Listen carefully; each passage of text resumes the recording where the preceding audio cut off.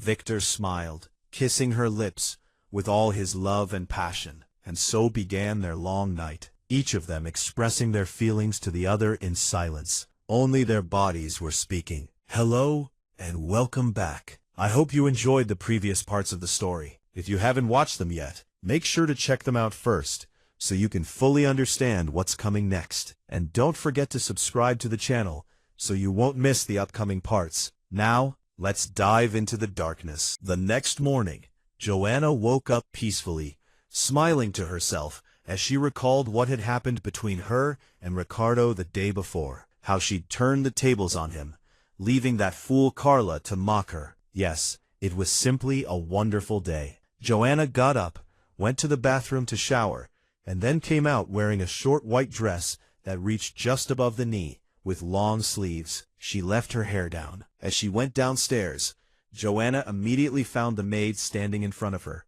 stopping her. "Where is that whore?" Joanna asked. The maid furrowed her brows in confusion. "Excuse me, ma'am?" Joanna waved a dismissive hand. "I mean, where's Carla?" The maid replied, "She left this morning and won't be back until tomorrow after her wedding is over." Joanna thought to herself, so it's just me and Ricardo alone today. Damn, this is going to be fun. Okay, let's have a little fun. "Thank you," Joanna said, and headed toward the dining room. Sitting in her chair, she waited for Ricardo to arrive, knowing full well that he usually came at this time to have breakfast at his mansion. Seconds passed, then minutes. Ricardo entered. Joanna stood up as soon as she saw him, a broad smile on her face. "You know, I'm really hungry. Come on, sit down. I'll have them make you some coffee." Ricardo sat down at the table quietly, staring at Joanna as the maid came and placed the plates of food in front of them. Well, it was literally hell. Yes, breakfast was hell. Not a single word was spoken as they ate together, yet she felt the air suffocating her. Breaking the silence, she said, "I want to leave this palace, but not like every other time. I mean to leave and never come back." Ricardo put down his fork, stopped eating, and stared at her with a terrifying calm for minutes that felt like death. Then he smiled sarcastically. "Why?" he added. "So you can go sleep with those half-men out there? Fuck, fuck, fuck." He'd pissed her off, and damn it, she'd make him regret it. Yes, she'd make him angry. Even if it cost her her life, she'd do it. Joanna smiled angrily. "Yes, that's right. You know I'm not your girlfriend, not even your wife, so I think I have the right to spread my legs for whoever I want." A few seconds. Yes, just seconds. And all the plates that had been on the table were on the floor. That bastard flipped the table with everything on it. Ricardo's voice was raw with anger. "Get out of my sight before I throw you into hell." Joanna laughed bitterly. "As if I'm in paradise right now. Are you kidding me, you bastard? I'm in hell itself with you." Ricardo laughed sarcastically, gritting his teeth. "You think your life is hell? You're an idiot then. You and the devil don't know a thing about hell. Ever since I saw you, I've been in hell." He leaned closer. "You want to talk about hell?" he snarled. "Fine." He reached out his hand, grabbing her neck tightly. Joanna's face turned pale as she saw his features change. It seemed he had completely lost control of himself. "What have I done?" Ricardo smiled as he saw the fear in her eyes. "Hell is what you did to me. Every kiss, every smile, every word from you was hell. Seeing men look at you with lust was hell. True, I gouged their eyes out with these very hands, but it was hell. Thinking of you every moment of my time was hell." He smiled, continuing, "Hell is what I feel toward you right now. Maybe I should show it to you. What do you think?" Joanna swallowed hard, pushing him away and stepping back in horror. "What? Does he think he's the victim here after everything he's done?" Her voice trembled with anger and fear. "Stay away from me. Your hell is nothing compared to the hell you showed me, Ricardo." He gritted his teeth. "Stop it." Joanna exploded at him in anger. "You know what? I've come to hate you. Yes, I hate you so much, it makes me want to set my body on fire." She screamed even louder. "I hate you. Do you hear me, you damn sadist? I hate you. I hate you. I hate you." The next thing Joanna felt was Ricardo's grip around a strand of her hair, pulling her forcefully behind him as she screamed in pain, unaware of what was to come. Ricardo headed toward her room, sparks flying from his eyes. He threw her to the ground. He pulled metal handcuffs out of a drawer and walked toward Joanna, lifting her by her hair in a rage, muttering right in front of her lips. "It's okay," he said. "I'll teach you now that saying that word, or even feeling it toward me, is forbidden to you. Besides, I'm a damn sadist, aren't I? Fine. I'll show you what a sadist does." He threw her with all his strength onto the bed, so her face slammed into the pillow. Joanna groaned in pain and tried to get up, but she felt Ricardo on her back, tying her hands to the headboard. He got up from her once he'd finished, leaving her lying on her stomach. Ricardo returned to one of the drawers, pulled out a long thin whip, and closed the drawer. He returned to Joanna, who was still in the same spot. Joanna could hear his footsteps, but didn't know what he was doing, or why he had tied her up. Then she was startled by the burning sting of the whip landing on her back, causing her to scream in pain, followed by another blow, and another, and another, and another. Ricardo continued to whip Joanna on her back with very strong lashes. Her agonized moans echoed throughout the entire palace. Ricardo continued to whip her for a long time, and did not stop until he saw blood covering her back and soaking her white dress, which had been torn. But damn it, he was still angry and not yet satisfied. He threw the whip to the ground and headed toward the staircase, taking out a small medical needle and filling it with a dose of a certain liquid. He walked over to her and injected it into her shoulder. Then he took a much larger syringe with a full vial of the substance he had injected into Joanna and left the room, leaving her alone to suffer from the agony that was consuming her. It wasn't just her back that hurt. The injection made every part of her body ache, as if knives were being stabbed into her flesh. Ricardo had always used this substance to torture his victims, and now he was using it on his own lover. Joanna screamed in agony. Damn it, the pain was unbearable. 15 minutes passed. Joanna was still in agony, writhing in pain, until she felt her body's energy drain away. She closed her eyes and sank into a sea of darkness. As for Ricardo, he was sitting on the couch, staring blankly at the ceiling, thinking only of Joanna. He remained in that state for nearly 2.5 hours. Then he moved sluggishly and numbly. He wanted to go see Joanna. Perhaps the effects of the injection had worn off. Did I say perhaps? No, not maybe. Definitely. It had been over an hour and a half since Ricardo had injected himself with the same substance he'd given Joanna, but in larger doses. So he felt double the pain, and the effects lasted for 2 hours, whereas Joanna's had lasted only 40 minutes, and she'd fainted halfway through. Ricardo walked calmly toward Joanna's door. He opened it and found her in a pitiful state. He sighed as he approached her, grabbed the handcuffs, and removed them from her hands, which had turned blue from the movement and the friction of her wrists against the metal. Ricardo took out his phone and called his palace doctor. "In just 10 minutes he'll be here with me." He hung up quickly, staring at Joanna with great pain and deep sorrow. 10 minutes passed, and the doctor was already in the room, bandaging Joanna's wounds. As soon as she finished, she left. Ricardo approached Joanna, kissed her forehead, then left the room entirely, leaving Joanna to get enough rest. Elsewhere, Emily was sitting quietly on the bed,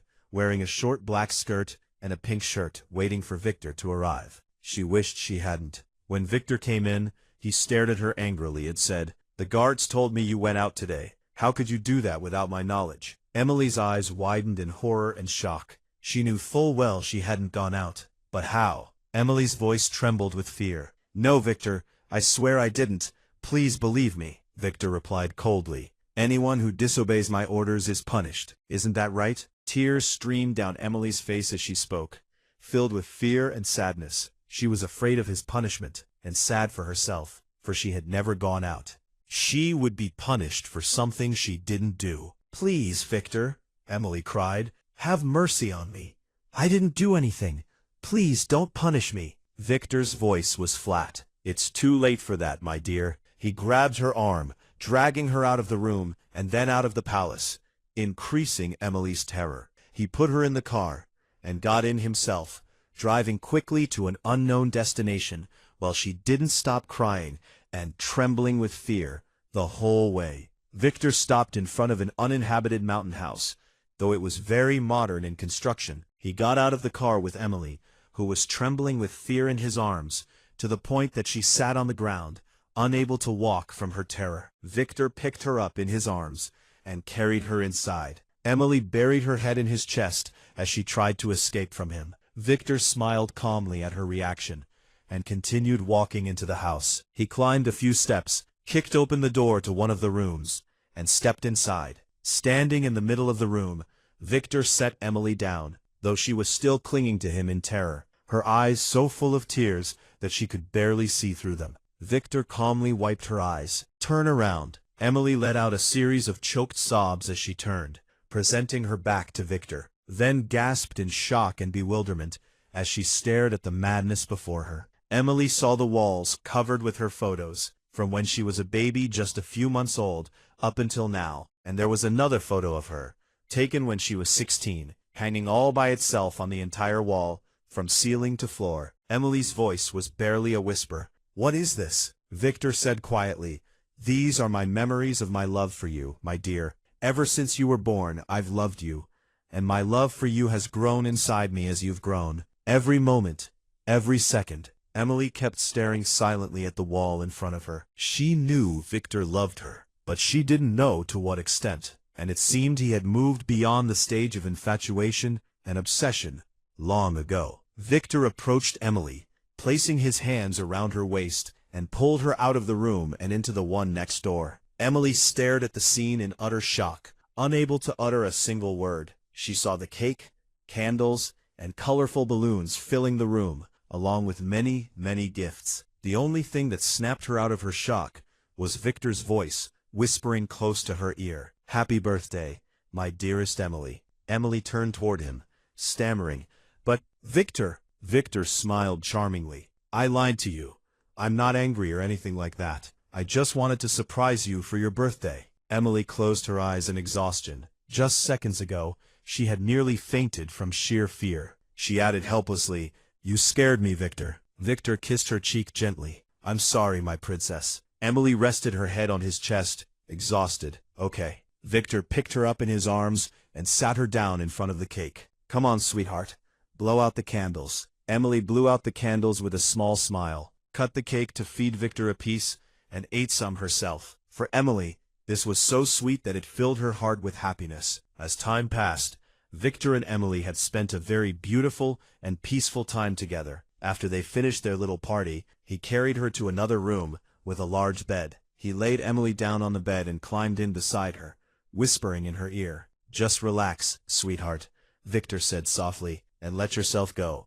I promise I'll be gentle with you." Emily nodded quietly at him. Victor smiled at her, kissing her lips with all his love and passion, and so began their long night alone, each of them expressing their feelings to the other in silence. Only their bodies were speaking. At Emily's place, Emily woke up to find Victor lying awake beside her, gazing at her face. "Good morning," Emily said. "Good morning, my little Rose," Victor replied. Emily stretched slightly. "How long have you been awake?" Victor's voice was smooth. "Just a little while. I was waiting for you to wake up, so we could go back to the palace." Well, Victor lied again. He hadn't slept since last night. He'd stayed up all night, staring at his beloved and his young wife. Emily nodded. "Okay, but why the rush?" Victor sat up. "Ricardo's wedding is today. I have to go." Emily's eyes lit up. "Let me go with you." Victor's answer was immediate. "No." "But?" Victor cut her off sharply. "No means no. You'll go back to the palace and I'll go alone. You know I can't stand anyone looking at you. Ricardo has invited all the Mafia bosses, businessmen, and others to his wedding. It'll be crowded, and there's no way I can let you attend a wedding like this." Emily sighed sadly. "Okay, let's go." She got up, dressed, and went downstairs with Victor, who drove the car back to the mansion. Emily went inside, while Victor headed toward Christopher, so they could go together to attend Ricardo's wedding. At Christopher's place, Christopher was sitting in his office finishing up some work when Victor suddenly walked in. "Come on, Christopher," Victor said. "Aren't you done yet?" Christopher looked up. "What's the matter?" Victor's voice dripped with sarcasm. "Today is the wedding of our friend, that bastard Ricardo." Christopher's eyebrows rose. "Oh, I forgot about that. But what about Emily? Aren't you bringing her with us?" Victor's jaw tightened. "Definitely not. I'd rather she die alone than have someone look at her with lust." Christopher thought for a moment. "All right, I'll bring Celine with us. We'll drop her off at your mansion so she can stay with Emily. That way she won't be alone while we continue on to the party." "All right, fine," Christopher said. "I'll wait for you in the car." Victor nodded quietly and got up, heading downstairs. Christopher headed upstairs to Celine. He opened the door to his room to find Celine sitting on the bed, bored, fiddling with the pillows. "Get ready," Christopher said. "We're leaving the palace." Celine's face lit up. "Really?" Christopher smirked. "Yeah. Damn. That was exactly what she needed. She would have died of boredom and overthinking if she'd been left alone." So without saying another word, she got up to get her clothes and change. Then she went downstairs with Christopher to find Victor waiting in the car. Celine's eyes widened in surprise. "Are we going together?" Christopher nodded at her. "Yes. You'll go see Emily and spend some time with her." Celine tilted her head. "Who's Emily?" Christopher's reply was brief. "Victor's wife." Celine nodded quietly, got into the car, and they set off back to the mansion. After some time, Celine arrived at the mansion, and Christopher and Victor went to the wedding. Celine knocked on the door, and the maid opened it for her. "Victor brought me here," Celine said. "I'd like to see Emily." "Please come in." Celine entered to find a stunningly beautiful young woman with innocent childlike features standing before her. Emily's voice was kind. "Please, dear, Victor called me and told me you were coming." Celine smiled in disbelief. Damn it. How could that monster Victor marry an innocent angel like Emily, who was standing right in front of her? Celine hesitated. "I'm Celine." She fell silent. She didn't know how to introduce herself to Christopher. She'd come because of him. Should she tell her she was his mistress, his girlfriend, his wife, his enemy? She didn't know the exact nature of their relationship, so what could she possibly say? But Emily saved the moment with a smile. "Come in, dear Celine. It's good that you came. I was dying of boredom all alone. Come on, let's have some fun." Celine smiled calmly. "Okay, dear, let's go." The two girls went upstairs to spend their time together. At Joanna's place, Joanna opened her eyes weakly and gasped in agony. She was in a terrible state. She couldn't believe what had happened. Memories of yesterday flooded her mind, and as soon as she closed her eyes, she felt excruciating pain, not in her back, but in her heart. She had lived in the hope that he might have some feelings for her, but it seemed she had been deluding herself. Joanna didn't even realize she was crying. Yes, she gasped and wept in pain, remembering that today was Ricardo's wedding day. Damn it. This made Joanna cry hysterically, hating everything around her. How she hated herself. She despised herself for loving him. Joanna whispered painfully, "I want to die. I just want to die." She continued crying, burying her face in the pillow as she sobbed hysterically, her voice muffled only by that pillow. Why did she feel as if she were about to die? Was this really the pain of love? Joanna sat there, tears streaming down her face, and stumbled toward the bathroom. She was suffocating. She turned on the water to scream. As soon as the water touched her back, she felt she would die. She wanted to lose consciousness from the pain, but it was no use. She just sat on the floor with her hand over her heart, her sobs filling the room as she cursed Ricardo in her mind. Elsewhere, a hall was filled with guests of all kinds, gangsters, Mafia members, and wealthy people. Christopher and Victor were also there, sitting coolly and sipping glasses of aged wine. From Ricardo's expression, they understood that he didn't want this marriage, so they weren't interested either. As soon as Ricardo arrived, he stood with his friends. Christopher added sarcastically, "Congratulations on your wedding, dear Ricardo." Ricardo smiled even more sarcastically. "I'll return the blessing on your wedding day, my dear.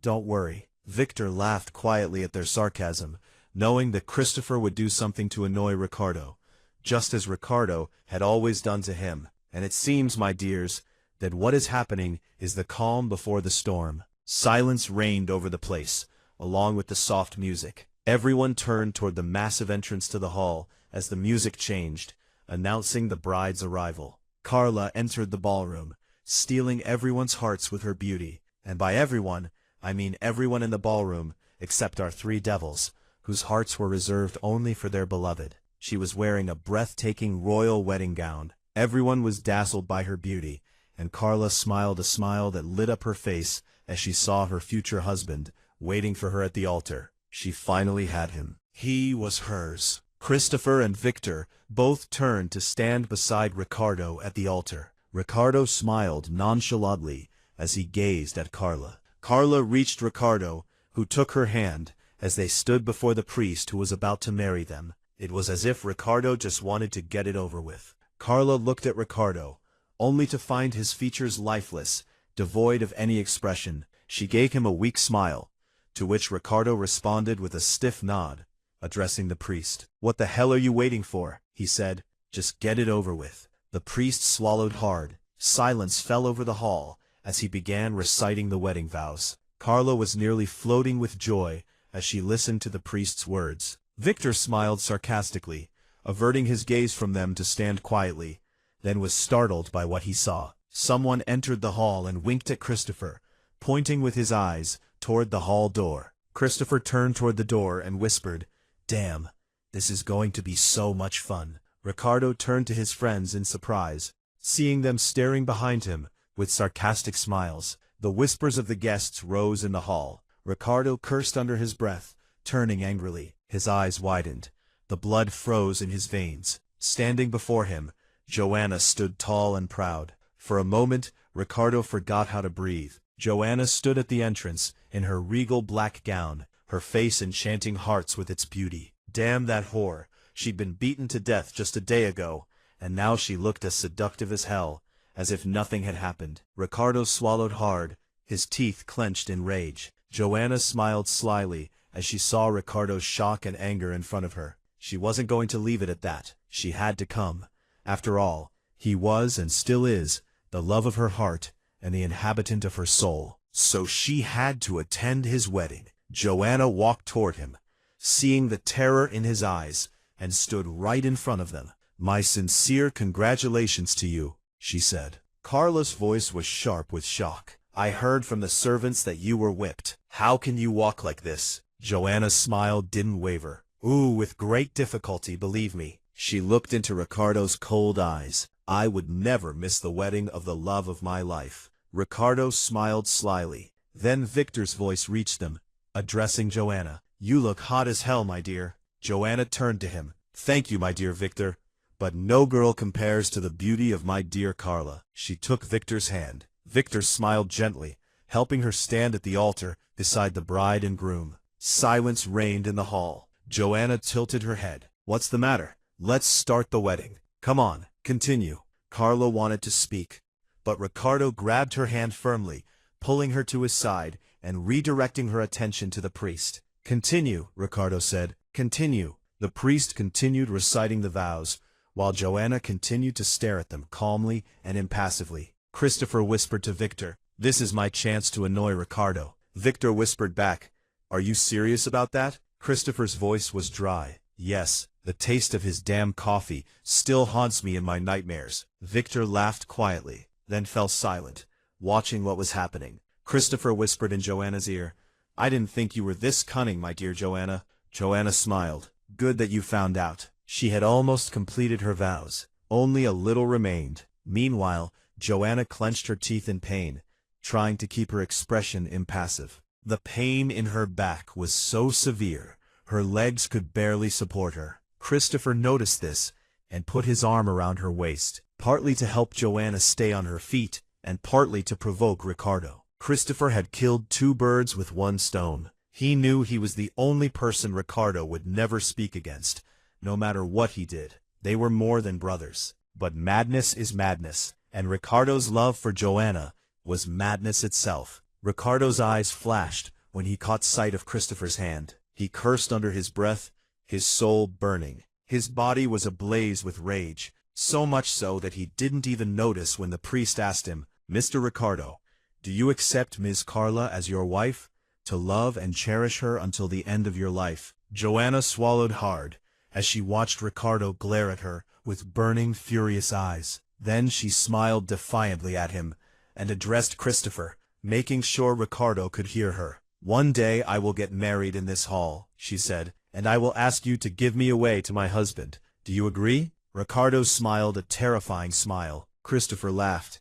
"Of course, it would be my honor." Carla gripped Ricardo's hand tightly, fear consuming her, when he didn't answer the question. The priest repeated the question again And again. Christopher's smile widened, thoroughly enjoying the spectacle. Joanna was taken aback, as was everyone else in the hall. Ricardo closed his eyes tightly, cursing himself. Then he turned to Victor. He didn't speak, he just stared at him. Victor laughed. He drew his gun and handed it to Ricardo. Without warning, Ricardo shot Carla in the head. Her lifeless body fell. Victor sighed quietly and calmly carried the body out. Was there an uproar over the murder that had taken place? Of course not. Everyone present was a criminal, a murderer, or a Mafia member. Nothing really happened. What about Joanna? Joanna was staring at Ricardo, shocked by what had just happened. Ricardo gave her a terrifying look. Before she knew it, he was pulling her by the hand to his side, wrapping his arm around her waist, and telling the priest, "A small change. I'll marry this whore instead of that one." Joanna screamed in disbelief. What? No, no, impossible. She tried to break free from him, but failed. The priest looked at Ricardo, who gave him a threatening look. The priest continued. "Well, Mr. Ricardo," the priest stammered, "do you accept this woman beside you as your wife, to love and cherish her until the end of your life?" Ricardo's voice was firm. Yes. Joanna's bones trembled. What was happening now? She hadn't thought for a second that this would happen. It was impossible. She tried to break free, but Ricardo smiled, pulling her closer to his body. "No, no, no," Joanna cried. "I won't marry you. Hell will freeze over before that happens. Let me go, Ricardo. I won't accept this." She gasped as Ricardo dug his fingers into her aching back, draining her of all her strength and making her face contort in pain. Ricardo looked at the priest. "Continue." The priest was trembling with fear, so he continued in a shaky voice. "Do you, my lady, accept Mr. Ricardo as your husband, to love and cherish him until the end of your lives?" Joanna gritted her teeth, unable to bear it. It was Ricardo's arms that kept her standing. She muttered, "Damn him." Ricardo smiled. "It means yes." Joanna's voice was frantic. "No, no, no. I don't accept it. I hate it." Ricardo's tone turned sarcastic. "That's a shame, because you will agree." Joanna lifted her chin defiantly. "Force me if you can." Ricardo's smile widened. "I'd be happy to." He dug his fingers into the scars on her back, specifically to make her screams fill the hall as if her soul were being torn from her. "What?" Ricardo said. "I didn't hear you. Did you say yes?" Joanna clenched her teeth, trying to endure it, but to no avail.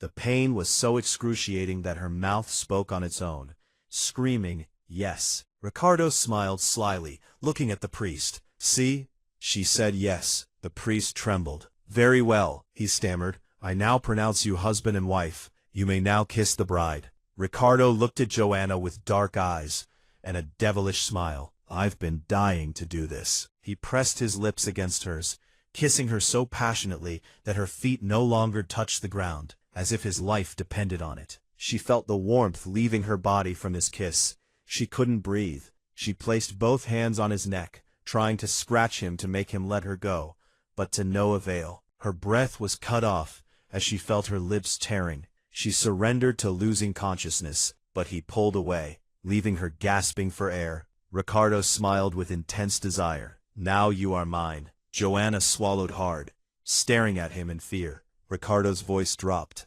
"From now on, you will burn in my hell until the last day of your cursed life, my beloved wife." After Ricardo's wedding reception had ended, he sat in his private office in his palace, a glass in his hand, and rage filling his soul. Victor and Christopher sat with him. He couldn't believe he'd just married Joanna, but damn it, he didn't regret it one bit. That damn whore had destroyed his mind with her thoughts. Ricardo sighed, sipping his drink, and looked at Christopher, who was staring at him with a wide smile and sly eyes. Ricardo's voice was deadly. "You're really enjoying this, aren't you?" Christopher bit his lip to keep from laughing. He was indescribably happy and wanted with all his heart to mock Ricardo in a way that would drive him mad. But he merely said, "So where are you two going to spend your honeymoon?" Victor stifled his laughter, staring at Christopher, who was truly enjoying Ricardo's state. Ricardo seethed. "I swear I'll kill you both. Don't push me to it, you two bastards." Victor smirked. "Joanna was really angry when I carried her to her room." Ricardo let out a long sigh. Christopher added sarcastically, "Looks like someone isn't going to sleep with his wife tonight." "Damn you, Christopher." Ricardo growled. Victor laughed quietly. Ricardo continued, "Fuck that damn whore. It's as if she was created just to make my life a living hell. I mean, what was she thinking, showing up at the wedding looking like that?" He sighed angrily, cursing himself. "And did you see what she was wearing?" he added. "It was a nightgown, not a party dress." Christopher and Victor gritted their teeth to keep from laughing. No one could make Ricardo boil with rage except Joanna. When Ricardo looked up at them and saw their faces about to burst with laughter, he snapped, "Damn you both. Get out of my sight." Christopher and Victor laughed as they stood up, intending to leave. Christopher said sarcastically, "Good luck, dear." They left the room together, leaving Ricardo behind, thinking about his new misfortune. After hours of drinking, and Ricardo smashing several bottles just to vent his energy, nothing more, Ricardo returned to his room. Damn it, he was furious to the point of madness. That bastard married her instead of breaking her heart. That bitch drove him crazy. She shows up at the wedding looking hot as hell, and then tells Christopher she'll get married someday. Damn love. It's sick. Yeah, sick with her it seems. He sighed when he reached the door. He knew that an angry Joanna would be waiting for him. He opened the door and walked in, only to be met with a bouquet of flowers thrown at him. He tilted his head indifferently. She missed him. Joanna's voice trembled with rage. "Do you know what a despicable, heartless, monstrous, psychologically sick scoundrel you are?" Ricardo walked calmly toward the bar. "Yes, I've been told that before." His nonchalant attitude and calm demeanor made her blood boil even more. Ricardo settled into his seat. "Okay, let's talk." Joanna snapped. "Okay, you want to talk? Fine, let me start." She screamed at the top of her lungs. "Why did you marry me, you bastard? I know you don't love me. Why did you do that? How did I become your wife? Damn it. Fuck, fuck, fuck. Did you say your wife?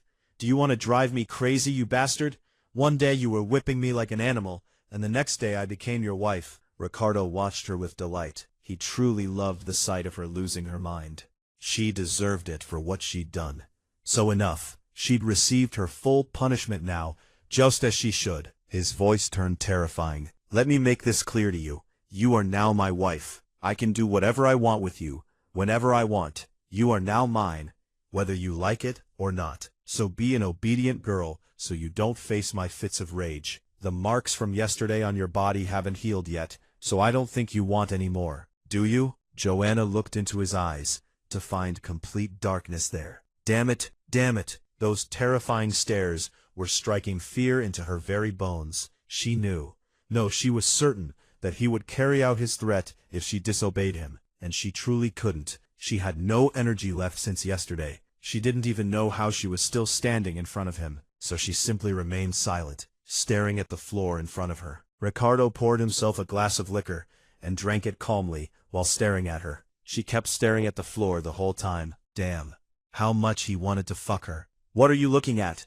Ricardo said. Joanna's voice was flat. "What do you want from me?" Ricardo shrugged. "I don't know. You're my fucking wife now. Figure out what I want. Do what wives do for their husbands." Joanna bit her lip hard from the inside. Oh, how she wished she could snap back at him, but his threat was still ringing in her head. "I don't know what wives do for their husbands," she said. Ricardo raised an eyebrow with amusement. "You don't know? What luck. A stupid wife. Well, haven't you seen how your damn mother acts toward your damn father? Act like her." Joanna clenched her teeth in anger. "Hold on. Don't let him provoke you by mentioning your deceased parents. That's exactly what he wants." "No," she said. "I don't know what she used to do, because I wasn't home, and when I was, my mind wasn't on anything." Ricardo smiled sarcastically. "And that's proof of utter stupidity. Okay, let's see. Oh, do you know that one of a wife's duties is," he looked at her chest and continued, "to entertain her husband a little?" Joanna's face turned pale. She went white. Ricardo laughed as he stood up from his seat. "Relax. Look at yourself. Who would want you in this miserable state?" He lay down on the bed, on his back, indifferent. Joanna took a deep breath to calm herself, not knowing what to do. Ricardo said sarcastically, "What are you waiting for? An official invitation? Come to the damn bed." Joanna glared at him, convinced he was the most despicable scoundrel in the world. She sighed. "The dress is too tight. I can't sleep in it." Ricardo raised an eyebrow. "But you wore it even though you knew it was tight, so it would show off all your charms. You walked around in it in front of people, with men's eyes checking you out, and now you can't sleep in it?" Joanna's voice was indifferent. Fine, I'll go change now. Ricardo smiled sarcastically and turned his face away from her. Joanna walked toward the wardrobe to find something to wear, but she was surprised to find her clothes gone. Her wardrobe was empty. There was nothing of hers left. Joanna's voice cracked. Where are my clothes? Ricardo's voice was indifferent. I got rid of them. Joanna's eyes widened. What am I going to wear then? Ricardo shrugged. I don't mind if you walk around naked. I've seen it all before. Joanna's cheeks flushed with embarrassment as she stared at the floor. Ricardo's smile widened. Damn, he said. You look so cute. You're still blushing at me despite everything I've done. He paused. Wear one of my shirts for the night. Joanna's head snapped up. What? I'm not going to wear your clothes. Ricardo's tone was nonchalant. Then sleep in your own clothes. Let's just hope I don't find you choking in them in the morning. Joanna let out a long sigh. Damn it, the dress was really tight, and her back hurt like hell. What an idiot. If I hadn't gone to the wedding, none of this would have happened. She stayed like that, thinking it over, until she gave in and hesitantly took a black shirt from his clothes. Ricardo smiled, nonchalantly putting his arm over his eyes. Joanna cursed under her breath, and went into the bathroom to change her clothes. She changed quickly, putting on his shirt. It was way too big for her. It was short, but served its purpose. She came out of the bathroom to find Ricardo still lying on the bed, but she didn't want to sleep next to him. She knew he was still awake, so she whispered softly, I'll sleep on the floor. Ricardo sighed angrily. He was exhausted from the doses he'd taken yesterday. When the amount exceeded the normal limit, it caused him unbearable pain, and even now he still felt a pain in his chest. The pain was terrible, but he simply kept quiet about it. On top of that, he was burning as if he were in hell, exerting all his strength to stop himself from sleeping with her, and the idiot wanted to sleep on the floor. He took his hand away from his eyes, sitting there in a rage, wanting to explode in her face, but his anger completely dissipated the moment he saw her. He literally lost his breath. She was as hot as hell with her reddened eyes and pale face. Damn, how great his shirt looked on her. Goodbye to a peaceful night's sleep. He would now spend the night trying to control himself. Ricardo looked at her, his eyes blazing with rage, and said in a terrifying tone, Come to the damn bed. From the tone of his voice, Joanna knew there was no point in objecting. She headed for the bed, lying down and careful to stay as far away from him as possible. Damn, how Ricardo wanted to hit her. He had been dying to hold her in his arms for 2 days, and now the bitch was turning her back on him. He cursed audibly and went back to sleep. Although Joanna was very tired, she found herself unable to sleep. Everything that had happened kept replaying in her mind. He had married her. She had always dreamed of it and wanted it so badly, but she still didn't know what Ricardo's goal was in this marriage. Oh, if only she knew. She would be flying with joy right now and would have forgotten everything that had happened to her. Tears fell silently. She knew he was still awake. So after long minutes of silence, she said stiffly, I want a divorce. Ricardo's voice was cold, and I want to punch you in the mouth until your jaw breaks. I don't want to be your wife anymore. Ricardo gritted his teeth in anger. Damn self-control. He pulled her forcefully toward him, holding her close, her face almost crushed against his chest. Why, he said, because I've come to love you, and now I feel the same way you do? Joanna was surprised by his confession. But your actions don't show that at all. Ricardo's voice was raw. Because I'm a damn bastard who hurts everyone I love. Love is something monsters shouldn't feel. They become demons if they're struck by its curse, and I've been struck by that curse. So accept everything I do, because this is my way of loving, my little one. Joanna shook her head against his chest. You're lying. You don't love me. Damn it. Damn it. Damn it. He's now confessing his feelings and love for her, and she's telling him not to. What a klutz. What didn't she understand from his words? Ricardo's voice turned angry. Joanna, I swear by everything cursed in this world, if you don't shut up and go to sleep right now, I'll rip this shirt off you and make love to you until morning, and I'll make sure you suffer terribly. So what do you say? Are you going to shut up? Joanna swallowed nervously, nodding her head in agreement. Good, Ricardo said. He closed his eyes while she was still in his arms. Joanna's heart was racing. She was so close to him, her face buried in his neck, the heat of his body burning against hers. She moved, wanting to free herself from him, for her heart couldn't bear all this closeness. But Ricardo pulled her closer to him. His voice was deadly. Keep moving, and you'll regret it. Joanna froze, resigned. Drowsiness overtook her. After several minutes of stillness in his embrace, she felt immense warmth in his arms, as if it were the safest place in the world. She simply closed her eyes, sinking into a deep sleep. Let's rewind a bit. After Christopher and Victor left Ricardo's place, the two got in the car and headed to Victor's palace to pick up Celine. Christopher broke the silence. I forgot to tell you. Victor glanced at him. What is it? That bastard Giovanni is coming to Spain tomorrow, Christopher said. Host him at your palace for just 2 days. Victor's expression darkened. You know he's a damn womanizer, and you want me to keep him in my palace. Are you crazy? Christopher's tone was final. Yes, just for 2 days, while I finalize the deal. After that, you can kill him. Victor sighed and muttered, Fine. Have it your way. They remained silent the whole way, and got out of the car as soon as they arrived at the palace. Victor entered, followed by Christopher. Christopher addressed the maid coldly. Tell that whore to come down quickly. We're leaving now. The maid nodded fearfully and hurried upstairs to call Celine. A few seconds passed, and then Celine came down, accompanied by Emily. Christopher said coldly, Let's go. Emily held up a hand. Wait a minute. She hurried upstairs, and then came back down just as quickly, this time holding a small box in her hand. She smiled warmly. This is a gift from me to you, my dear Celine. Celine wanted to thank her and take the gift, but Christopher intervened. There's no need for that, he said. Come on, Celine. Celine felt insulted. She also felt that Christopher had embarrassed Emily as well. Damn. She wasn't his slave for him to make decisions about her. Celine wanted to speak, but Christopher cut her off in a tone that brooked no argument. Let's go, Celine. Celine clenched her teeth in anger, and muttered through gritted teeth. Fine.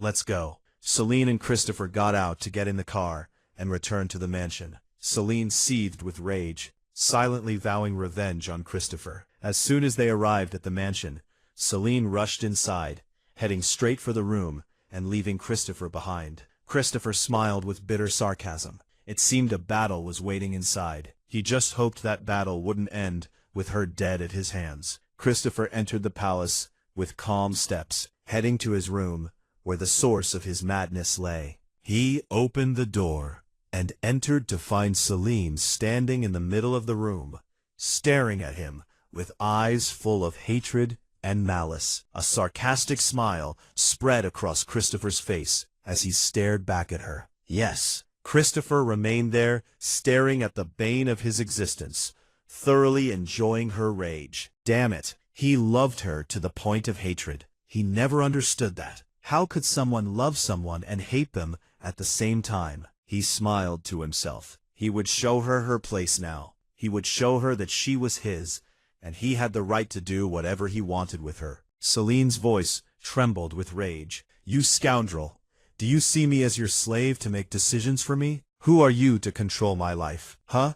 Tell me. Christopher smiled coldly. Well, since you asked, I'll answer. Actually, right now, because of your clumsy behavior, I've been thinking about it, and I've come to the conclusion that I'm the reason you're in this situation right now. That's because I was too nice to you, and you took advantage of my kindness against me. So from now on, things are going to change a little. I won't be nice anymore, and I'm going to set some rules for you. If you follow them to the letter, maybe, just maybe, I'll make your life with me a little less miserable. Celine stared at him in disbelief. Nice? He was nice, that son of a bitch. He killed her parents at the hands of his own father. He ruined her life. He raped her. He beat her. And he was nice? Christopher smiled. Sit down so we can talk. Damn, how she wanted to kill him. He was the devil incarnate. She snapped back. Fuck you. Christopher's terrifying smile widened as he said in a deadly tone, Come closer. Celine smiled stiffly. Didn't you hear me? She stepped closer until she was standing right in front of him, staring into his dark eyes. Fuck you, she said. No sooner had she uttered the word than she felt Christopher's hand slap her, sending her crashing to the ground.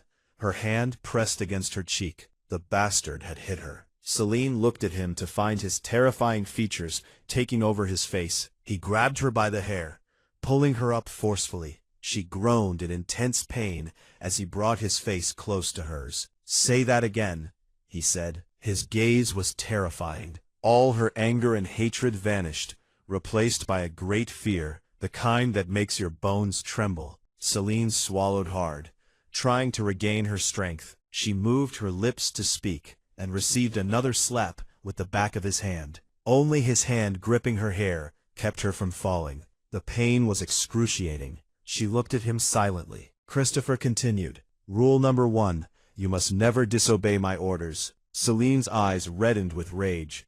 She wanted to respond, and received another slap, even harder than the last. She screamed in pain, feeling as though her jaw had been shattered. Christopher smiled, tilting her head so she would look at him again. "Rule number 2, if you answer me again or speak disrespectfully to me, I will cut out your tongue and hang it around your neck." Celine's heart raced. The bastard was terrifying as hell. She had seen death in his eyes. He wasn't joking about a single word he said. She swallowed hard. He slapped her again. She screamed as blood trickled from her lower lip. Christopher's voice was ice. "Rule number 3, when I ask you a question, you answer, 'Yes, sir.' You are nothing but a whore to me, here to fulfill my desires. Is that clear?" Celine smiled, lifting her gaze to stare at him, blood still trickling from her lip. "Sir." He wanted her to call him sir. She retorted provocatively, "Fuck you, sir." Christopher's smile widened until all his teeth were visible. The next moment, Celine found herself slammed against the wall, her face crushed against it, while Christopher stood behind her. One hand pressed her head against the wall, and the other held both her hands behind her back. She felt her cheek being crushed against the wall, and her breath cut off. Christopher's voice was calm and deadly. "Okay, it seems you still don't get it, so I'll repeat my question. Is what I said to you clear?" Celine swallowed hard, grinding her teeth. With all her heart, she wanted to turn around and beat him senseless, while screaming every curse in the world at him. But she was in so much pain that the words refused to come out of her mouth. Christopher smiled, bringing his lips close to her ear, and whispering, "Answer me." His tone was terrifying, like hell. She groaned as he pressed her face harder against the wall. He would never get what he wanted. What more could he possibly do to her than he already had? So she gathered all her courage and said in a voice filled with hatred, "I hope you rot in hell, you son of a bitch." Christopher's smile widened. This was exactly what he wanted. Damn, he was going to enjoy what he was about to do. He added in a tone that made every fiber of Celine's body tremble, "Darling, you have no idea how much you're going to regret this." He licked her neck, pulling her closer to his body, placing his hand on her neck so that her head now rested against his chest. She wanted to move, but he was holding her tightly, her hands behind her back. She looked at him out of the corner of her eye, her features overcome by fear. He pressed his hand harder against her neck. She gasped, unable to breathe. Christopher smiled and buried his face in her hair. Oh, damn. He felt like he was in heaven as he inhaled her scent. Celine was driving him mad. He felt that every fiber of his being ached when she was away from him, even for just a few seconds. He didn't want anything in the world as much as he wanted her. Celine gasped as he ran his hand over her entire body, feeling every part of her. His other hand was still on her neck. Even though her hands were now free, she was so terrified she couldn't move a finger. Christopher smiled, his hand resting on her buttocks, whispering, "Let's have a little fun." Celine's breath caught in her throat. This couldn't be happening now. Not like this. She would never be able to handle it. Her body was burning with desire for him, and her eyes were blazing with hatred for him. She felt his breath grow heavy as he caressed her body. Christopher sighed, releasing her neck from his hands, so Celine could gasp for air, only for her to be surprised when he pulled her back by her hair to make her look at him. His eyes were filled with desire and hatred. He pulled her hair harder. She closed her eyes, screaming in pain. Christopher smiled, biting his lip. Damn, how much he wanted her. His body was burning with desire for her. He knew he was mentally ill, but her pain aroused him even more. The bitch. Christopher whispered in her ear, "You know what I'm going to do to you, don't you?" He pulled her hair even harder. Celine screamed in pain. "Please, Christopher," she begged. "Please stop." Christopher snapped angrily. "Now you're begging, and just a moment ago you were saying something else. What were you saying?" Rot in hell. He smiled darkly. Darling, I am hell itself. He ran his hand over her thigh and lifted her dress up. Tears streamed down Celine's face. She didn't want this to happen, especially not now. Celine stared into his devilish eyes. Please, Christopher. Please let me go. I can't take this. I'll die if you touch me now. Please. Her tears kept falling. She wasn't joking. She would have killed herself. Damn it. She loved him now and had feelings for him. She didn't want this to happen and destroy what little was left of her feelings for him. To hell with revenge and to hell with everything. Christopher grabbed her by the hair and threw her forcefully onto the bed. Celine fell onto the bed, her body trembling. She knew that if he touched her, she would die, not from pain, but from shame and disgrace. She looked up at him, fear filling her eyes. Christopher's voice was cold. I'll show you now the punishment for breaking the rules. He pulled her by the foot to the edge of the bed, lifting her dress up. Celine screamed and cried as he leaned over her. Please, master, she sobbed. Please. At that moment, nothing mattered to her. Not her dignity, not her revenge, nothing. She would do whatever he wanted just to make him leave her alone. She sobbed loudly as he devoured her neck with his kisses. Please, sir, Celine cried. I'm going to die. I don't want this. I swear I'm going to die. Christopher gritted his teeth in anger for some reason.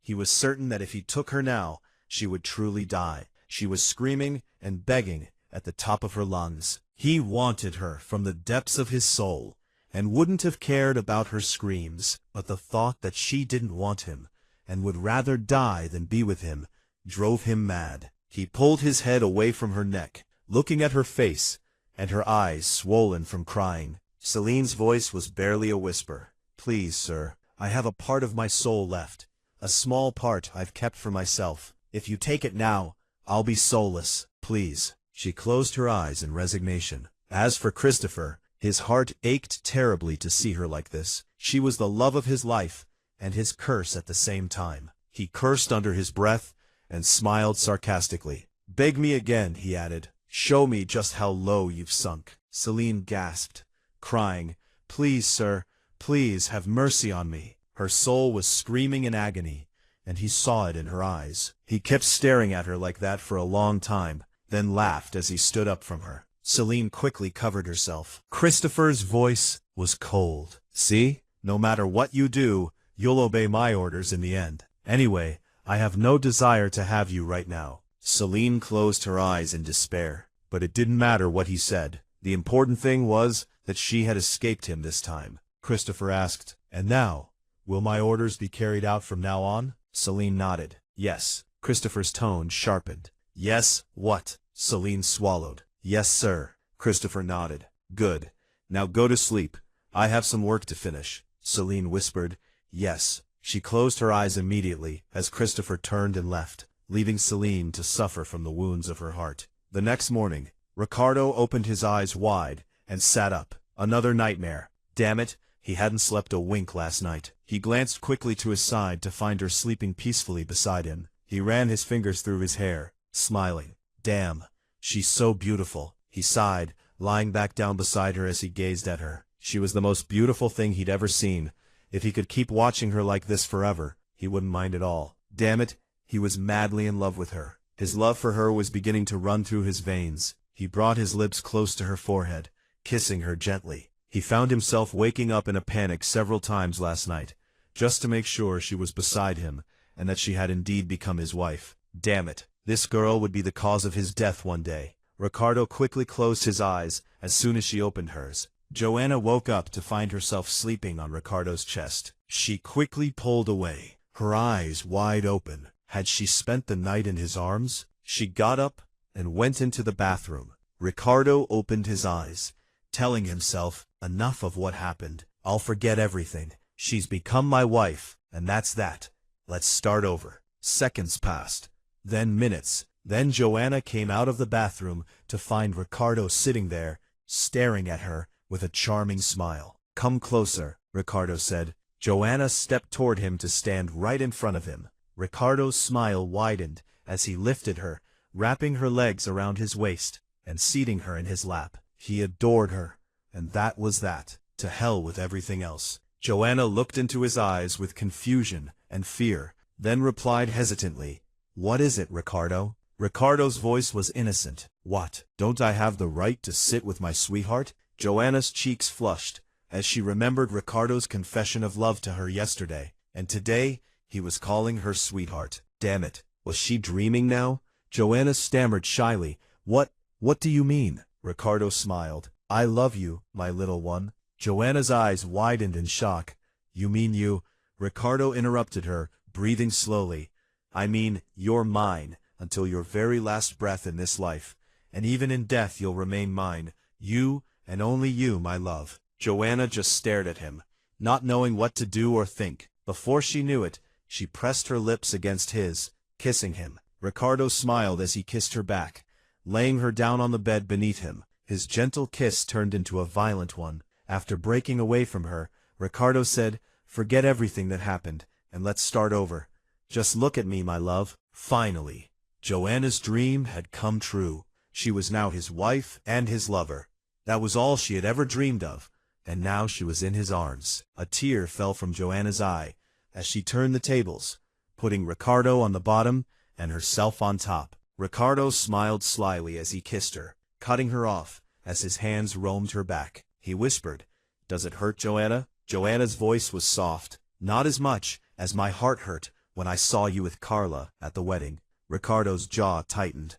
"She's dead, and I married you instead of her." He buried his head, kissing her neck greedily. "You know," he added, "it would be so wonderful to have a child with you, my love." Joanna gasped in surprise. "What?" Ricardo looked up at her. "You're my girlfriend and my wife, and I want a child with you, my love, so he'll be a mini-me." Joanna started to protest, but Ricardo cut her off.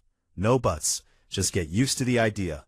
You're not leaving this room for 3 days. We'll stay here to make our little baby together." Joanna laughed happily. "You're crazy, Ricardo." He leaned in to kiss her. "Crazy about you, my little one." The next day at Victor's, Victor sat in the reception hall, tapping his foot impatiently as he waited for his unwelcome guest. Minutes passed, then seconds, and finally Giovanni entered the mansion. Victor smiled sarcastically. "Come in, my dear Giovanni." Giovanni smiled back. "Oh, hello, Victor. I hope I'm not imposing on you by staying at your palace for these 2 days." Victor nodded quietly, without responding, motioning to the maid to serve coffee to his guest. As for Emily, our little princess had just woken up from her sleep. She gently covered herself with the blanket, looked beside her, and found Victor's spot empty. She got out of bed, heading for the bathroom, but hesitated at the last moment, deciding to go downstairs to see Victor. Emily went downstairs,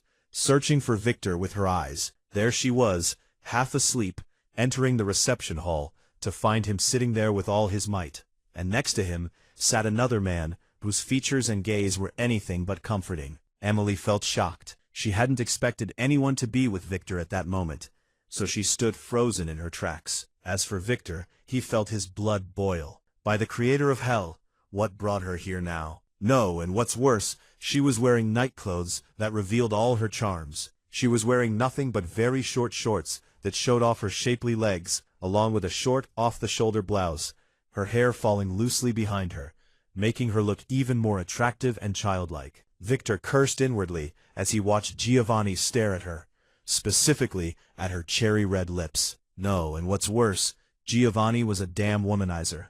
Damn, damn, damn. He'll kill him. No, he mustn't forget Christopher's warning. That bastard Giovanni mustn't die now. But what? Should he stay silent? Of course not. So he really didn't mind smashing his face in. Without warning, Victor landed a powerful punch on Giovanni, knocking him to the ground. Emily gasped in fear as she stared at Victor. Victor turned to her and said sharply, "Go upstairs. Quick." Victor didn't need to repeat himself. Emily went up immediately, while Victor took care of Giovanni. He'd teach him a simple lesson. He wouldn't kill him. As for Emily, she entered the room panting, unable to believe what had happened. It seemed Victor was really angry now. Emily felt the heat rising in her body because of the shock, and decided to go into the bathroom and take a hot shower to calm down a little. She could never face Victor when he was angry. She just hoped he wouldn't punish her for this now. Emily entered the bathroom and showered quickly, coming out afterward while wrapping a towel around her body. She dried her hair while still thinking about angry Victor and what he did to the man who was with him downstairs. His entrance at that moment interrupted her thoughts. As soon as he opened the door and entered, he walked as quietly as death, his hands in his pockets and a cigarette in his mouth, his terrifying aura surrounding him. His appearance and the look in his eyes filled Emily with terror, and her heart wouldn't stop pounding violently. She jumped up quickly from where she was and backed up until she bumped into the wall. She pressed her hands to her chest and began to tremble like a leaf on a windy day. He approached her with slow steps. "My little one, what's the matter? Are you afraid?" Emily swallowed nervously and didn't answer, lowering her head to the ground so she wouldn't have to look into the terrifying darkness of his eyes, which made her heart race with fear every time she saw them. He moved closer until he was right in front of her. He reached out to her chin and lifted her head toward him, but she never looked up. Victor took a drag from his cigarette and blew smoke in her face. "Look into my eyes," he added in a frightening tone. Emily closed her eyes tightly and didn't answer him. Instead, she began to breathe rapidly, her gasps growing louder, signaling that she was on the verge of bursting into tears. This only fueled Victor's rage, but he took a deep breath, trying to control himself so he wouldn't kill her. He grabbed his cigarette and brought it close to her face. "Will you do as I say, or would you prefer that I disfigure your beautiful body with thorns?" Emily could no longer hold back her sobs and tears. She burst into tears, but she never looked at him. He threw the cigarette on the ground and stomped it out with his shoe, then grabbed both her hands and pinned them above her head, while he pressed down on her jaw with even greater force. "Scream in pain," Victor said. "What's the matter, little one? Is pain the only thing that will make you hear my voice? Well, as you wish. I too adore pain, especially when I inflict it on others, specifically those who anger me." Emily shook her head in denial. Victor smiled. "It seems my little one needs a new kind of punishment this time." He smiled slyly, releasing her jaw and letting the towel fall from her, leaving her naked before him. He dared to touch her small body. Emily opened her eyes and cried out, "Why are you doing all this? What did I do to you?" She began to struggle, trying to break free from his grip, but to no avail. She struck him weakly, but it was useless. His chest was like steel, and her blows were like a mosquito bite to him. Victor tightened his grip on her, moving closer to her lips. "My little one," he whispered, "your entry into my heart was more brutal than a bloody battle or an armed robbery. You turned my world upside down with your gaze and your spontaneous laughter, even though you're just a child not yet 5 years old. Oh, and those lips, how I longed to tear them apart, because that bastard Giovanni looked at them. I beat him savagely just because he thought of taking what is mine. You are everything to me." She tried to speak, but he caught her off guard with a fierce kiss, not even giving her a chance to speak, and began to devour her lips with force. She tried to pull away and free herself, but he gripped her jaw tightly and pinned her head against the wall behind her. He finally broke his kiss, leaving her gasping heavily and breathing rapidly, while her lips were swollen from the ferocity of his kiss. Emily cried out, "Stop! Stop! You're crazy!" Victor slapped her with the back of his hand, a blow that completely knocked her off balance. If he hadn't been holding her so tightly, she would have fallen to the ground. She dropped her head in pain, her hair falling over her face, and wept bitterly as her lips bled from the slap. "Come on," Victor said. "Look at me." She tried to defy him and ignore his orders. He ran his hand to her jaw and pressed down hard, causing her lips to bleed even more. Victor's voice was cold. "You're the one who wanted this, my little one. I'll make you learn the price of your stubbornness." Emily's voice trembled with fear. "Don't hit me. Please, Victor." Victor shook his head. "I won't hit you, but I'll take what's mine from you as your husband, but in my own way. I'll make you beg me to sleep with you while you're bound in my hands. This will be your punishment, not the beating, my little one." He picked her up in his arms, threw her forcefully onto the bed, took off his jacket, and began unbuttoning his shirt. She felt fear, and quickly got up, heading toward the door, but found it locked. Tears streamed down her cheeks. Victor's voice was low. "Where are you going, my sexy little one?" She sat on the floor, clasped her hands together, and began begging him. "Don't do it, please. Don't do it. I swear I won't disobey you again, and I'll do whatever you want. But let me go, Victor, please. Victor approached her and knelt down in front of her. I'm sorry, my little one, but it's too late now. I'll carry out the punishment, because it will be a lesson to keep you from thinking of defying me. Emily gasped through her sobs. Victor continued, Oh, and one more thing I'll tell you. That bastard Giovanni will be staying here for 2 days. During those 2 days, I don't want to see you anywhere in the palace.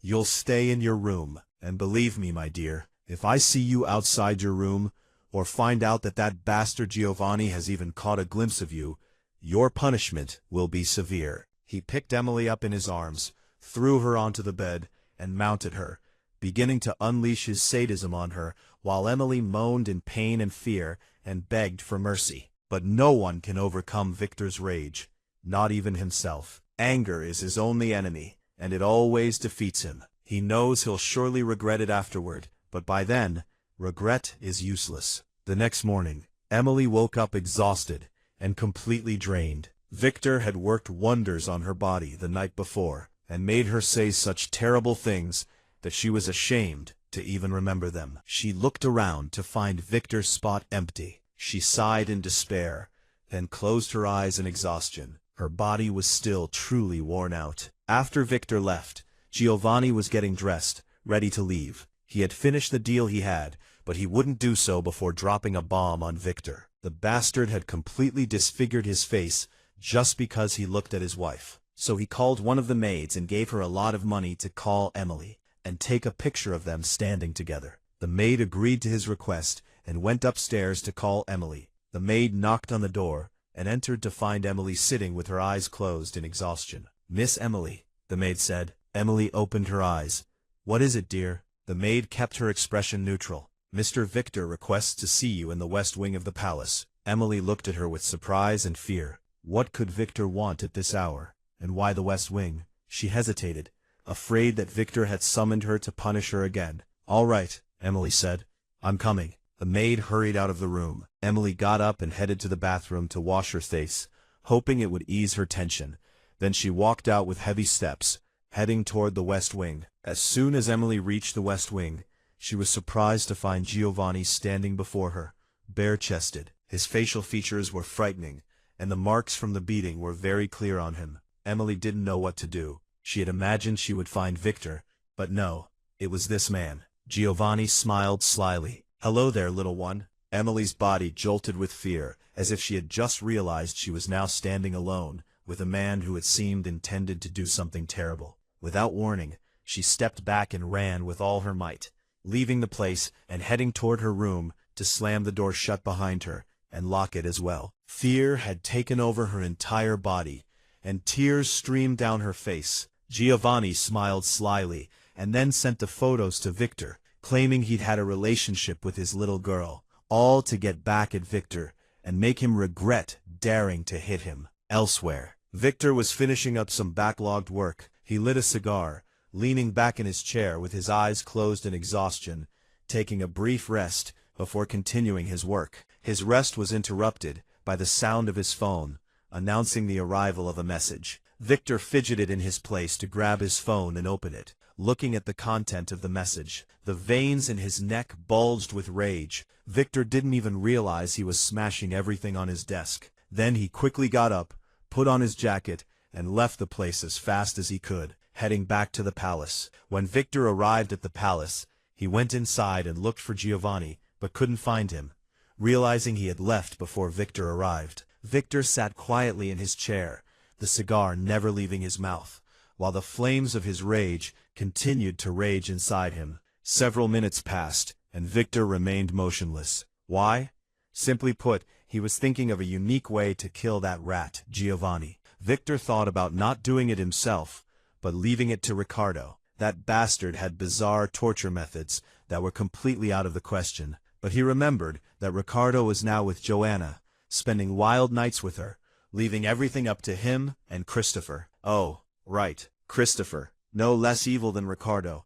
He made his victims wish for death and find it. Well, if he entrusted this rat to Christopher, he didn't want him to die a merciful death, because if he took care of it himself, his rage would kill him with the first shot from his gun, and Victor didn't want that at all. So, without hesitation, Victor grabbed his phone and called Christopher. "Christopher," Victor said, his voice cold, "I want you to tear that bastard Giovanni's body apart and have some fun messing with him. He's trespassed on my property. Do you accept anyone trespassing on my property, my dear?" Christopher's smile was audible through the phone. "Of course not. You have what you want." Victor nodded. "Good." He ended the call. And now what? Now he had to go upstairs and see his little girl and punish her for disobeying his orders. Plus, he wanted to hear a few things from her. Victor went upstairs, heading toward his room. He reached the door, grabbed the doorknob to open it, only to find it locked. Victor furrowed his brow in surprise, further confirming his suspicion that something was wrong. He knocked softly on the door several times. Emily's trembling voice came from inside. "Who is it?" Victor's voice was calm. "It's your husband." Emily swallowed hard and walked toward the door to open it. Victor entered the room and looked at Emily, finding her face pale and sallow. He walked over to one of the chairs in the room and sat down calmly, leaving Emily standing in front of him, where she was. Victor stared at Emily in terrifying silence for what felt like an eternity to her. He said calmly, "I received this photo of you, along with a message saying that that bastard Giovanni had a relationship with you, my little one." Emily's heart trembled, and every cell in her body shook as she stared at him in shock. This had never happened at all. Instead, she had run off to her room, terrified that something like this might occur. Victor tilted his head. "What's wrong, my dear? Speak up. Did a cat swallow your tongue?" Emily, frightened and crying, let her tears stream down her cheeks. "Please, Victor, please listen to me. I swear this didn't happen. I swear to you." Victor laughed softly as he looked at Emily. He added, in a frighteningly calm voice, "And do you think, my dear, that if I had even a 1% doubt about this, I would have kept you alive until this very moment?" He continued, "What matters to me is how you disobeyed my orders and left your room. Didn't I warn you about that? Come on, tell me, my little Emily." She was still crying and sobbing. "I don't know anything. All I know is that you called for me, and when I went to see you, I found that man in front of me. I was scared of him, so I ran back to my room and locked the door, afraid he'd try to get in." Victor furrowed his brow and replied in a questioning tone, "Did I call for you? I never did." He paused for a moment. "Who told you that?" Emily's voice cracked as she cried. "The maid, Daniela. She did it." Victor shook his head menacingly. The full picture of the situation became clear to him. "All right," he said. "That maid needs to be taught a lesson for what she did." He looked at his little girl, who was still trembling like a small bird in front of him. "I'm going to leave the room now to take care of some things," Victor said. "I want to come back and see you in your underwear, waiting for me on the bed. Your punishment hasn't even started yet." Emily gasped. Tears streamed down her face. "Please, Victor, don't do this." Victor rose from his seat and turned to leave, indifferent to her pleas. He locked the door behind him so she couldn't get out, no matter what happened downstairs. Victor went downstairs to call for the maid, Daniela, to come to him quickly. He stared at her calmly. "Come with me." The maid followed him toward the kitchen. Victor entered the kitchen and ordered all the servants to leave the mansion, except for her. Daniela felt intense fear. What was going to happen now? Victor stood in the middle of the kitchen and said slyly, "I've liked you, little one, from the very first moment I saw you. But now I've had enough. I'm going to sleep with you, willingly or by force. It doesn't matter." The maid smiled seductively as she walked toward him with swaying steps. "Why by force?" she said in a soft voice. "Here I am in front of you. I'll make sure to make you very happy, Sir Victor." Victor smiled. "Come closer." Daniela approached him and pressed herself against him. Victor's smile widened as he held her in his arms and sat her down on the kitchen counter. After quietly removing the meat grinder and knives from it, Victor looked into her eyes and caressed her body. "Tell me now, are you enjoying what I'm doing, Daniela?" She moaned softly at Victor's rough touches. "Oh yes, sir. I like it very much." Victor's smile widened as he moved his right hand from the curves of her body up toward her neck, caressing her gently. Daniela's body went completely numb in his hands. Then he tightened his grip on her neck. She gasped in shock and terror. "All right now, little one," Victor said. "I'm going to ask you a few questions. If you lie in your answers or fail to answer, I'll take your soul from your body this very moment. It'll only take me a few seconds. Danila nodded in terror as she stared at him. All right, Victor continued. Were you the one who told my wife that I was the one who asked for her? Danila fell silent for a moment. Victor tightened his grip on her neck slightly, warning her to answer immediately. She stammered, "Why, yes." Victor nodded. "All right, that's good. And now I've received a photo of Giovanni standing with my wife. That means he didn't take it. There's a third party involved. Was it you?" Danila wanted to deny it, but Victor cut her off, tightening his grip on her neck until she felt suffocated. She gasped for air, choking out, "Yes, no." Victor loosened his grip on her neck so she could breathe again. His devilish smile widened. "Okay," he said. "Do you know that anyone who does bad things like this must be punished? And unfortunately for you, my dear, I'm the one who's going to do it." Victor grabbed the knife lying next to him and brought it close to her mouth, pulling her tongue out with his left hand so he could cut it off with the other. He spoke calmly as he watched the thick blood pour from the maid's mouth. "This is your punishment for lying to my wife and telling her I called for her." He sighed wearily, turned on the meat grinder, pulled the maid's hand toward it, and said, "And this is the punishment for the hand that took that damn picture of my wife." He put her hand into the meat grinder so that blood splattered all over Victor's clothes, but he didn't care. He only stopped when he was sure her hand had been completely shredded, from her fingers all the way up to her wrist. Victor looked at the maid and found her unconscious. Of course she would be. The pain was excruciating and utterly unbearable. Victor smiled sarcastically and called one of his men to come to him immediately. The man entered. "Yes, sir." Victor's voice was cold. "Take this trash out of my palace." The man nodded. "As you command, sir. But should I take her to the hospital?" Victor's eyes darkened. "No. Throw her in one of the warehouses to die alone. Her blood will drain completely from the bleeding." The man bowed. "Yes, sir." The man left the room, and Victor also left the kitchen, heading toward one of the rooms to change his clothes. If Emily saw the blood on his clothes, she would surely lose her mind. After Victor finished changing, he went up to see his little girl. He reached the door of the room, unlocked it, and stepped inside to find her sitting on the bed in just her underwear, trembling with fear. Emily swallowed nervously as she looked into his piercing eyes staring at her. Victor moved closer until he was pressed against her, whispering as he ran his hands over her body. "Who do you belong to?" Emily whispered, her hair falling to cover her face. "You belong to yourself." Victor smiled calmly, then stood up, removing his belt and tossing it aside, along with his black shirt, until he was bare-chested. He fetched some ropes, approached her again, lifted both her hands, and tied them firmly to the bed. He stood calmly in front of her, belt in hand. Without warning, he brought it down on her body. Emily screamed in pain as he continued to whip her, one lash after another. She couldn't stop crying and moaning. Victor growled angrily, "Damn it! Damn it! Damn it! I can't stand the thought that he saw you, stared at you, looked into your eyes, or maybe even thought about you, about fucking you, or about touching you. Damn it, by the creator of hell, when you left the room, you should never have disobeyed my orders." He slapped her hard, drawing blood from her lips. Emily wept, having had enough. She had done nothing wrong, and was not to blame. "You're a sick man, Victor. Go get yourself treated. He didn't see anything in me. It's just your mind that's sick." Victor slapped her again. "Yes, it's true. I'm sick with you. I'm afflicted by the curse of your love. So yes, I'm sick.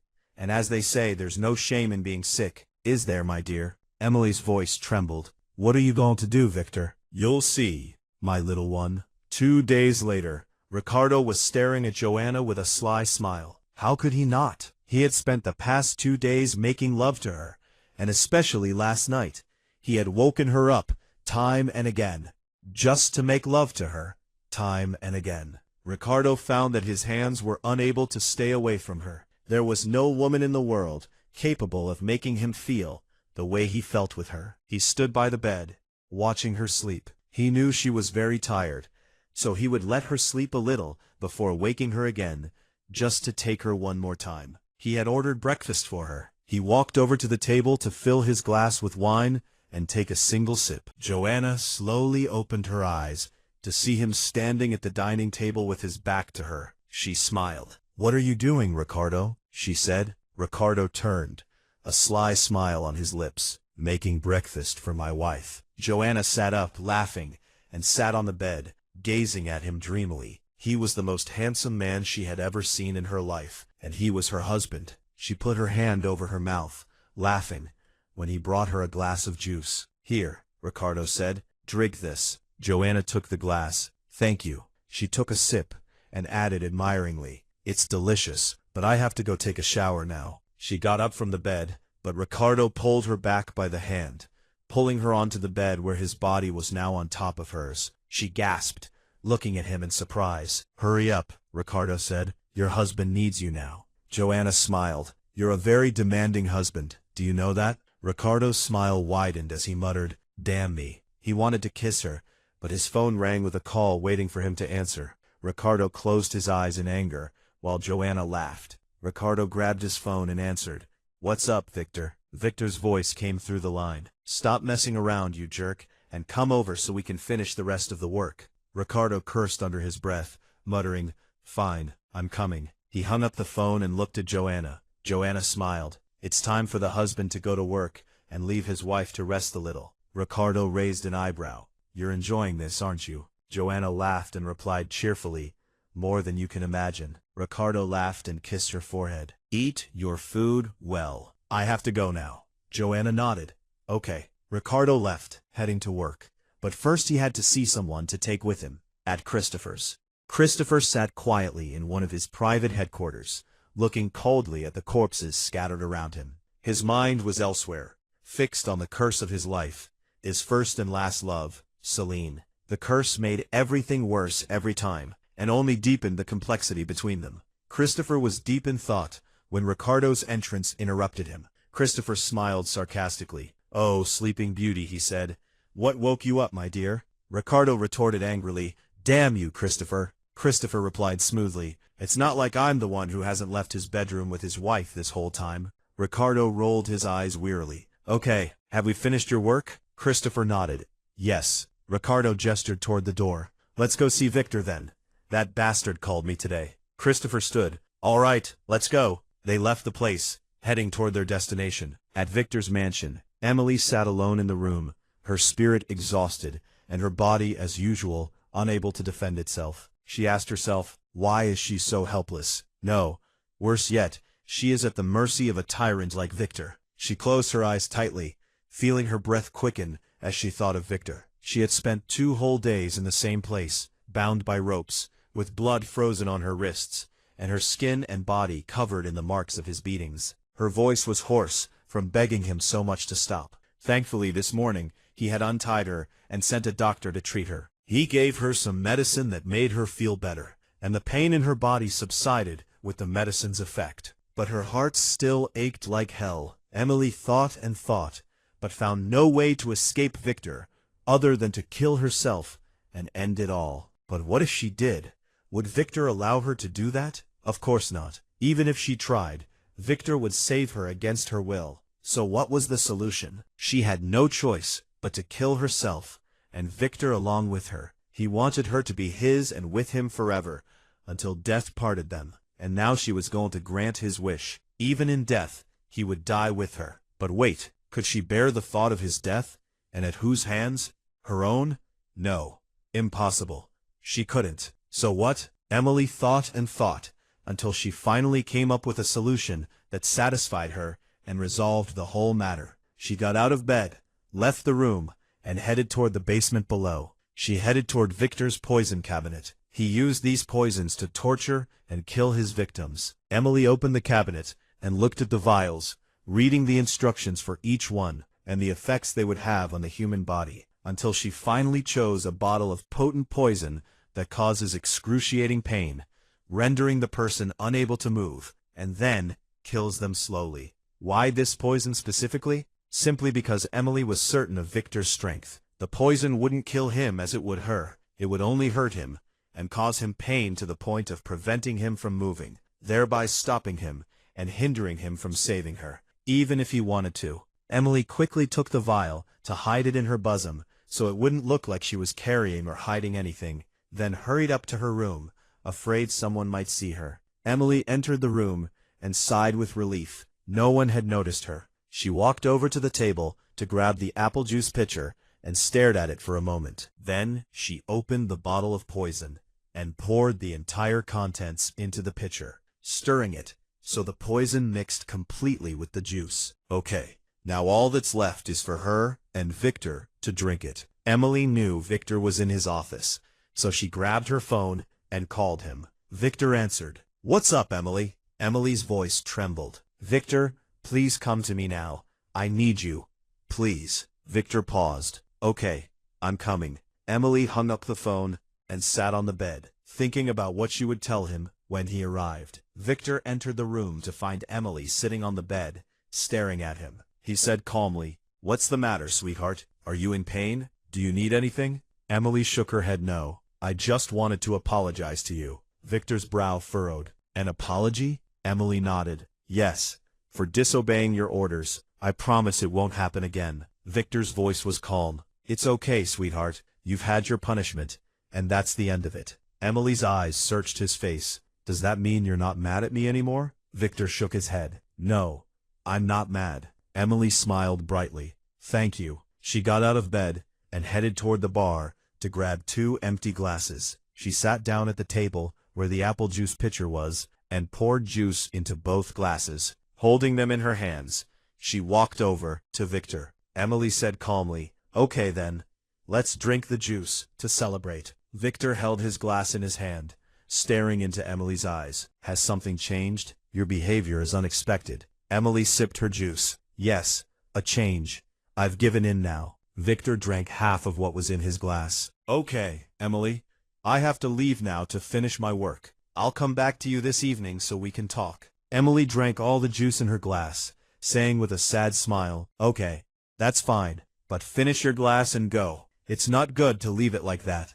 That's wasteful." Victor shrugged. "Okay." He drank all the juice in his glass, set it on the table, and turned to leave the room after planting a gentle kiss on Emily's lips. Emily closed her eyes tightly, smiling through the pain. Part 1 ends here. I hope you enjoyed it. Tell us in the comments which scene was your favorite, and don't forget to subscribe so you won't miss the next parts.